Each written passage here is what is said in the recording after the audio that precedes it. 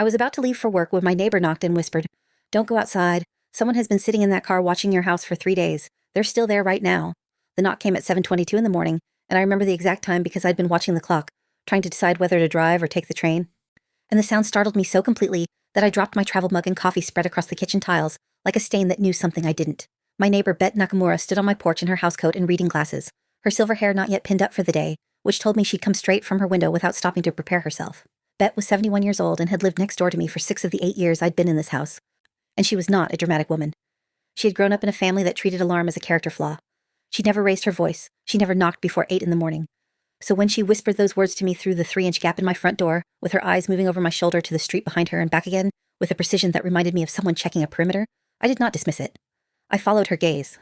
There was a silver Nissan Altima parked across from my mailbox, with its engine off and its windows filmed over with that particular morning condensation that meant it had been sitting all night. I could see the dark outline of a person in the driver's seat, completely still.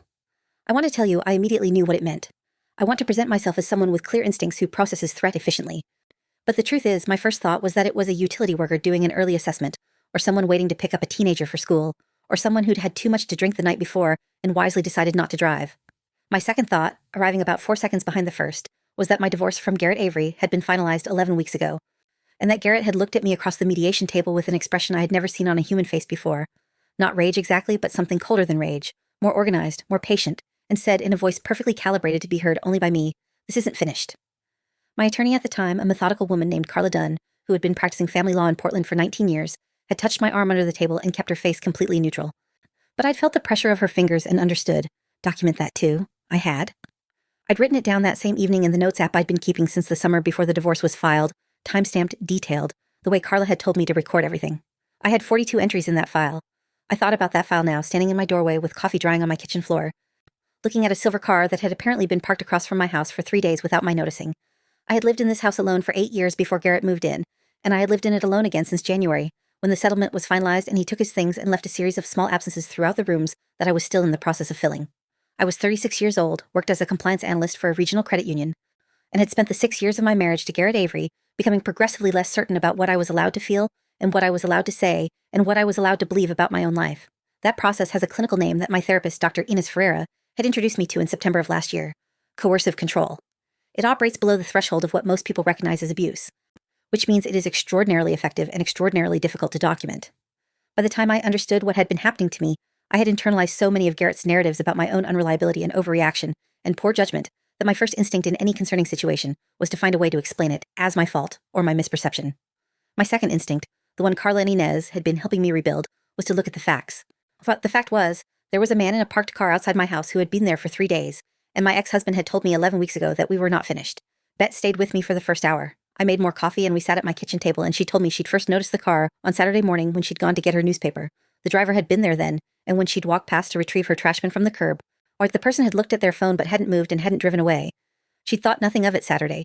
She'd noticed the same car Sunday in the same position and felt the first tug of something wrong, but dismissed it as coincidence. Monday morning, this morning, she had come out to water her porch plants and the car had been there again, and the angle of the person's attention was clearly her side of the street, and specifically, she believed, my house. So she'd come straight to me. I was grateful in a way I didn't have adequate language for, because Bet had done something in those 3 days that I had been systematically trained over 6 years not to do. She had trusted her own perception. She hadn't talked herself out of it. She'd just knocked on my door. I called in late to work. Then I called Carla Dunn. Carla Dunn answered on the second ring, which she always did, and listened to me describe the car and the 3-day timeline without interrupting. When I finished, she said, "Don't approach it. Don't look at it directly more than you have to. I need you to get the plate number without being obvious, then text it to me and sit tight." She paused. "And Vivian, I want you to call the non-emergency police line and report it. Today. I know you've been reluctant to involve the police in anything connected to Garrett because you're worried about how it looks. But that calculation has changed.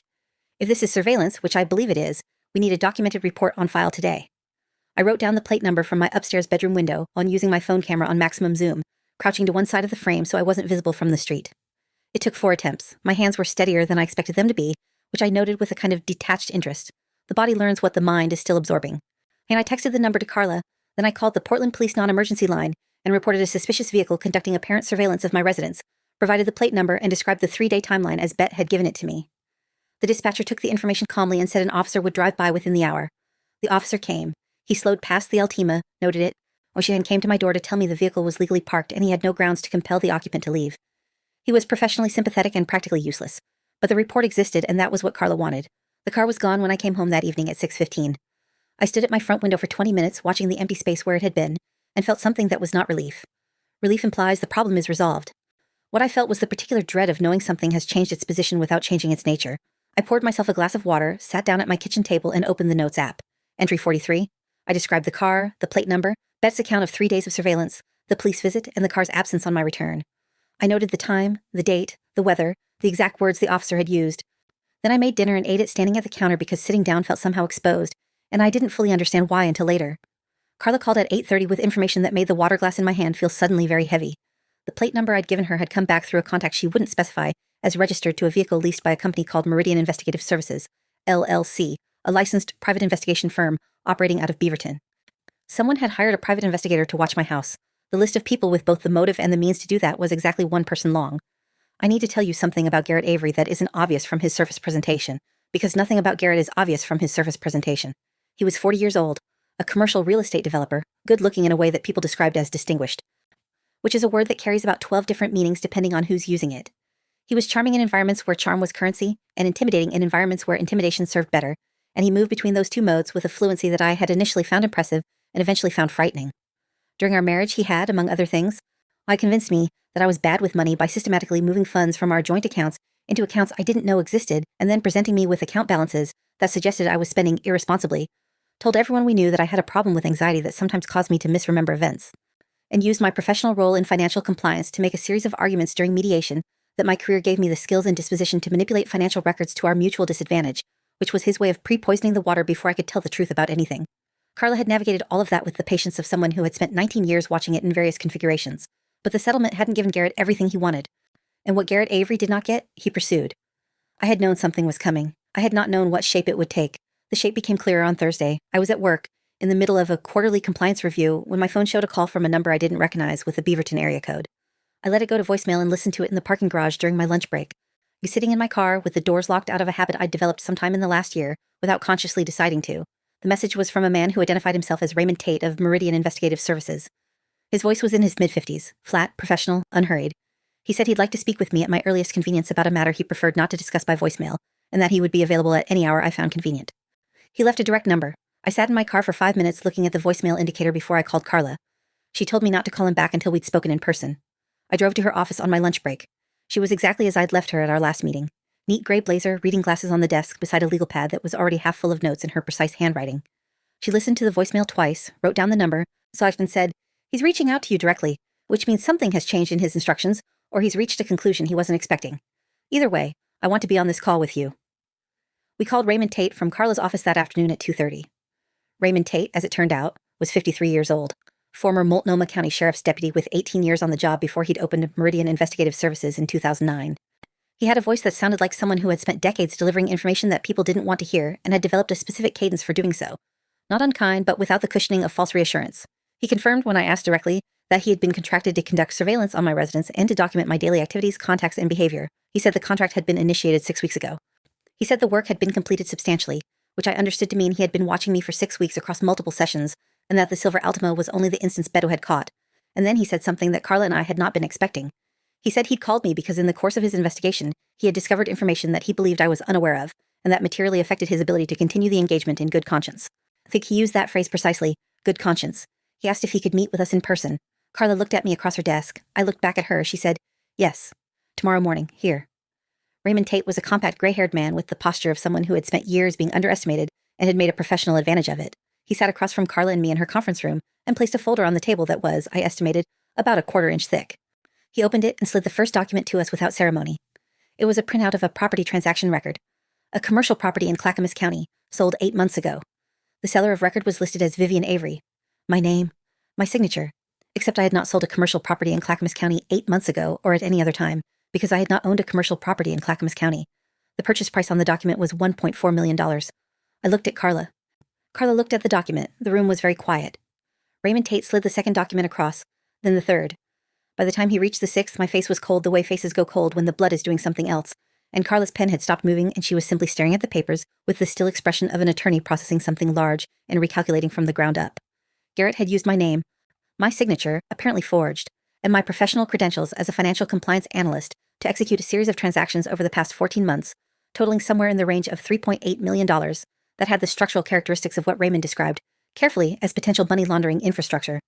Here's why the surveillance made sense. We laid out in the clarity of Carla's conference room, with Raymond Tate's folder open between us. Garrett had apparently been building a case that I was the architect of the financial irregularities he had himself constructed. The private investigator had been tasked to document evidence of what Garrett planned to present as my ongoing criminal financial activity, evidence that could be used to contest the divorce settlement retroactively, expose me to civil liability, and potentially trigger a criminal investigation in which I would be the obvious subject. He had forged my signature on property documents. He had opened business entities in my name that I had never heard of. He had apparently cultivated the professional reputation of my career in financial compliance as the perfect explanation for why I would know how to do this. And he had hired Raymond Tate to surveil me, presumably expecting Raymond to find something, anything, that could be built into a corroborating narrative. What Garrett had not anticipated was that Raymond Tate, 18-year deputy, had spent enough time looking at the documentation he'd been handed to notice that the financial structures he was being asked to corroborate were more complex and more deliberate than anything his surveillance of a compliance analyst's daily routine was ever going to support. Raymond, in his own words, had seen this particular shape before from the other side of it, and when the evidence you're hired to corroborate doesn't align with the person you're watching, you have a professional and legal obligation to examine who gave you the bad evidence. He had examined it.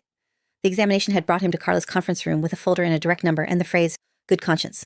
The next 4 days were the most compressed and frantic of my life, and I have since had difficulty remembering them in linear order because they exist in my memory as a series of sensory impressions rather than a clear sequence. I remember Carla on the phone to the Oregon Department of Justice for 40 minutes, while I sat in her waiting room reading a magazine I couldn't follow. I remember Detective Ruben Osei of the Portland Police Bureau Financial Crimes Unit, 44 years old, 11 years in financial crimes, a man with the particular patience of someone who has spent over a decade untangling deliberately complex documentation, them sitting across from me in an interview room and asking me to walk through every financial transaction I was aware of from my marriage, in order, while a recorder ran on the table between us. I remember him asking me to repeat specific dates twice, not because he doubted me, but because he was cross-referencing in real time with documents he had on a tablet to his right. And I remember the specific phrase he used when the cross-reference confirmed what Raymond's folder had suggested. "Ms. Avery, the volume of what we're looking at here is significant." He said it the way a doctor says the word significant, carefully, with room in it for what comes next. I remember nodding, and I remember my hands on the table in front of me being completely still, and I remember being aware of that stillness and not fully understanding it. I had stopped shaking. I think I had gone past the register where shaking happens. Raymond Tate provided his complete case file to Detective Osei's unit, which included not only the surveillance documentation he had compiled on me, but the briefing materials and original contract documents Garrett had provided to Meridian at the engagement's start. Those materials were legally significant in ways that Carla explained to me twice before I fully absorbed them. Garrett had represented to Raymond in writing that I was the subject of an internal compliance investigation at my workplace, that I had a history of financial deception documented in the divorce proceedings, and that he had been advised by his attorney to gather independent evidence to supplement the case. Each of those representations was demonstrably false, and making false representations to a licensed investigator to induce them to conduct surveillance constitutes, among other things, fraud. The financial forgeries were a separate and considerably more serious matter. Carla filed a civil complaint on my behalf within 72 hours, citing fraud, forgery, identity theft, and defamation, naming Garrett Avery as the sole defendant, and requesting an immediate freeze on any assets and business entities registered under my name or my former married name. The court granted the freeze the same day. I learned about it via a text from Carla that said simply, "Freeze granted. He'll know by end of day." I sat with that information for a moment. Then I called Dr. Inés Ferreira. Inés Ferreira had been my therapist for 14 months. She was 49 years old, a licensed clinical psychologist with a specific research focus on coercive control and intimate partner abuse recovery, and she had the rare quality in a therapist of being completely clear-eyed without being cold. She was the person who had helped me reconstruct a sense of my own perceptual reliability after 6 years of systematic erosion, and she was the person I called when the thing I had been told was my own paranoia and poor judgment turned out to be real. She picked up on the first ring. I told her what had happened, starting with Beth's knock on my door and ending with the asset freeze. There was a pause when I finished, a deliberate one. And then she said, "How does it feel to be believed by the evidence?" I thought about that for a long time. I'm still thinking about it. Garrett was served with the civil complaint on a Friday morning. By Friday afternoon, 2 things had happened. His attorney had contacted Carla requesting an immediate settlement conference, and Detective Osei's unit had obtained a warrant for Garrett's financial records, business records, and electronic devices. I know about the second development because Osei called to inform me as a courtesy, and because he felt I should know that the scope of what they were finding was expanding beyond what Raymond's initial folder had indicated. The 14 months of transactions I knew about were, apparently, the visible layer of a structure that went considerably deeper. Garrett had been using shell companies registered under variations of my name and professional credentials for closer to 3 years. The total figure Osei referenced in that call, carefully framed as preliminary and subject to revision, was somewhere north of $6 million. The structure had been designed to look like the work of a compliance professional who had gone wrong, exploiting the specific vocabulary and methodology of my actual field to make the forgeries more convincing. He had, in other words, studied me in order to impersonate me in order to destroy me. I sat down after that call and stayed sitting for a long time. The settlement conference Garrett's attorney requested did not produce a settlement. What it produced was 3 hours in a conference room during which Carla documented every request made on Garrett's behalf and declined each of them with a precision that I found genuinely impressive to witness. His attorney, a man named Douglas Price, who had the well-maintained confidence of someone who had spent 30 years winning things, opened with the suggestion that the civil complaint was premature given the preliminary nature of the criminal investigation and that a negotiated resolution would serve everyone's interests. Carla said that her client's interests were currently being served by the existing legal process and asked Price to specify what exactly his client was prepared to offer. What Garrett was prepared to offer was a payment of $400,000 and a mutual release of all claims. Carla wrote that number on her legal pad and looked at it for a moment. Then she said, "Douglas, the documented financial exposure in this case is north of $6 million. There's an active criminal investigation involving forgery, identity theft, and money laundering, and you're opening with $400,000 and a mutual release. I'm going to need you to try again." Price tried again. He got to $1.2 million before the meeting concluded without resolution. Carla told me afterward that she expected him to try at least twice more before Garrett understood that the civil case was the smaller of his two current problems. The criminal charges came 40 days after the warrant was executed. I know the number because I had been counting, in the same way I had counted days during the worst periods of the marriage. Not obsessively, but with the grounded awareness of someone tracking movement through time, because forward is the only direction available. Detective O.C. called me the morning the charges were filed. Garrett Avery was charged with 7 counts of forgery in the first degree, 4 counts of identity theft, 3 counts of wire fraud, 1 count of money laundering in the first degree under Oregon statute, and 1 count of fraudulent use of a financial device.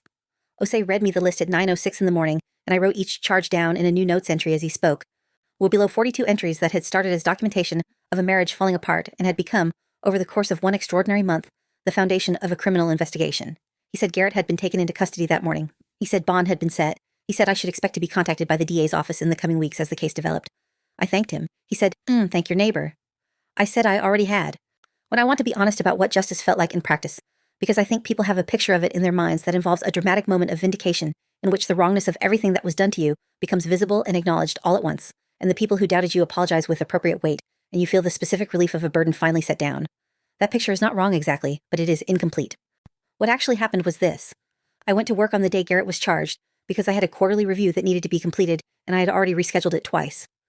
I told my supervisor, a calm and methodical woman named Adaeze Okonkwo, who had been quietly supportive throughout the divorce without overstepping, what had happened in 3 sentences. She listened. She said, "Do you need the afternoon?" I said no, I needed the quarterly review, but because doing my job correctly was one of the things Garrett had tried to make me doubt I could do, and I intended to do it extremely well. I completed the quarterly review. It was accurate.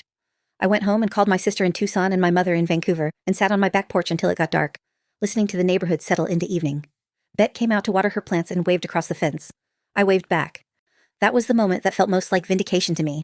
Not the charges, not the asset freeze, not Carla's 3 hours of composed precision in a conference room, just Bet watering her plants and waving, because she had knocked on my door. Garrett's attorney entered a not guilty plea on his behalf, which Carla had expected. The discovery process was extensive and contentious, and there were 3 months during which my daily life had the particular quality of a thing suspended, normal on the surface, pressured underneath, moving towards something I couldn't fully see. The civil case moved in parallel with the criminal proceedings. Carla deposed Garrett in month 2 of the civil discovery process, and his deposition transcript ran to 412 pages, which she described to me as the most comprehensive documentation of a person contradicting themselves she had encountered in 19 years of practice. The deposition covered the forged property transactions, the business entities registered under my name, the briefing materials he had provided to Raymond Tate, and the surveillance engagement itself. Garrett's answers were alternately evasive and precise, in ways that Carla said were textbook, specific when he thought specificity helped him, vague when it didn't.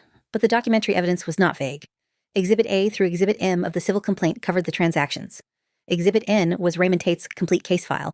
Exhibit O was the contract Garrett had signed with Meridian Investigative Services in his own handwriting, containing the false representations about my workplace investigation that had given Raymond the ground to step forward in the first place. The case was not about what Garrett said.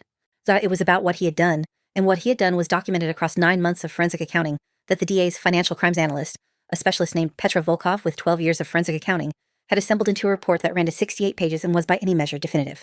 The criminal case went to trial 8 months after the charges were filed. I testified for 1 day. I described my professional background, the specific nature of my work in financial compliance, the transactions I had not authorized, and the signatures on the forged documents that a handwriting expert had already testified were not mine. I was on the stand for 4 hours. The defense cross-examination lasted 90 minutes and produced, as far as I could tell, exactly nothing useful to Garrett's case, because there was nothing useful to produce. The jury deliberated for 11 hours over 2 days, which felt long in the way that any sustained uncertainty feels long when the outcome determines whether the story of what happened to you is acknowledged as real by the formal mechanisms of the society you live in. Carla and I sat in the courthouse cafe on the second day of deliberations and drank bad coffee and talked about things that had nothing to do with the trial, because there was nothing left to prepare and nowhere to direct the waiting except sideways. She told me about her daughter's gap year plans. I told her about the raised bed garden I was building in the backyard. We were very ordinary for 2 hours, which was its own kind of relief. The verdict was guilty on all counts. I heard it in a courtroom where the air smelled like old wood and institutional carpet and something that might have been other people's fear collected over years, and I sat very still while the jury foreperson read each count, and the word guilty followed each one. And when it was over, I looked at my hands in my lap, and then I looked at the ceiling for a long moment, and then I looked at Carla, who was writing something on her legal pad with complete focus, the way she did when she was managing her own reaction by directing it into documentation. The sentencing hearing was 6 weeks later. Garrett Avery received 12 years on the combined charges, with eligibility for parole review after 8. The civil case settled 3 weeks after the criminal verdict, as Carla had predicted. The criminal conviction transformed the civil negotiating landscape completely, and Price came back with a number that was realistic in a way his earlier offers had not been. The final settlement figure, after legal costs, returned to me something close to what had been taken, and more importantly, cleared my name from every business entity and transaction Garrett had attached it to. Petra Volkov's forensic report was sealed as part of the settlement terms, but the public criminal record stood and would stand, permanent and searchable for anyone who looked. I rebuilt the raised bed garden that spring. It is a practical project that requires physical effort and produces visible results, which is exactly the kind of project that makes sense when you are in the process of reclaiming a relationship with your own competence. Bet contributed tomato seedlings from starts she'd been growing in her kitchen window and opinions about soil composition that were, it turned out, extremely well informed. We spent a Saturday afternoon in my backyard with our hands in the dirt, and at one point she said, without looking up from the seedling she was placing, "I'm glad I knocked." I said, "I'm glad you trusted what you saw." She patted the soil around the seedling and said, "My mother always said, if something looks wrong 3 days in a row, it's wrong." We worked in comfortable silence after that. The tomatoes, come summer, were extraordinary. Doctor. Ferreira and I continued working together for another 8 months after the verdict, and in one of our last sessions, she said something I have thought about regularly since, that the hardest part of recovering from coercive control is not the legal process or the financial rebuilding, but the internal work of learning to believe yourself again without requiring external confirmation, of trusting that the thing that looks wrong is wrong before the evidence has accumulated. I said I thought Bet was better at that than I was. Inez said most of us could stand to be more like Bet. I told her about the tomatoes. She laughed. Raymond Tate sent me a brief email 7 months after the verdict. He said he was glad the case had resolved correctly. He said he hoped I was doing well. He did not ask for anything and did not offer anything further. I replied and thanked him for the call he had made and for what he'd understood when he looked at the evidence, that the person the surveillance was supposed to reveal and the person he had spent 6 weeks watching were not the same person, and that this fact was worth acting on. He replied with 2 words: good instincts. I wasn't sure if he meant his or mine. I decided it didn't matter. Someone had looked at the truth of the situation and believed what they saw. That was the whole thing, really. That was always the whole thing.